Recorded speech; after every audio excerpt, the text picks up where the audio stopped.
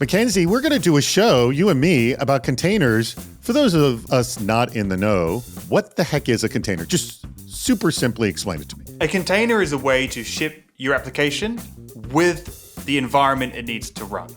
We did a whole show on Kubernetes, which is a form of containers, correct? Yes, correct, yeah.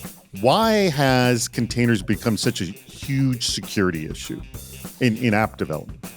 You're adding a lot more elements that you're taking control over. Now, by default, this doesn't mean that it's more insecure, but it does mean you have to be careful about not just the application you build, but the environment you specify that it builds within.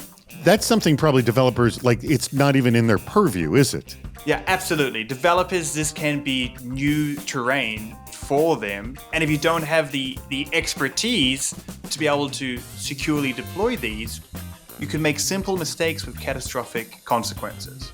So this has become new territory for a lot of people. They're excited about containers because it just sort of eases app development, but it's creating sort of a new layer of responsibility, as you have put it. I believe OWASP has a cheat sheet, because OWASP has always had a top 10 list about app security in general, but they have a specific list just for container security, right? That's right. OWASP has some really helpful guides, including a cheat sheet, which goes through 12 rules of what you should consider when working with containers.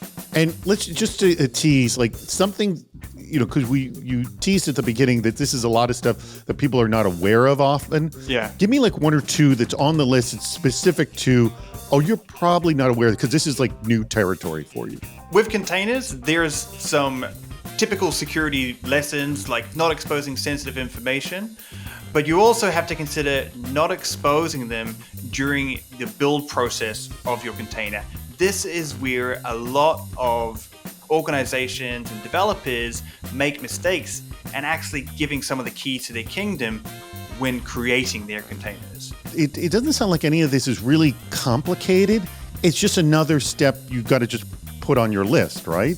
This isn't complicated, but you do have to understand the technology. And as the title suggests, containers, Docker images, they can be a black box for people that don't understand.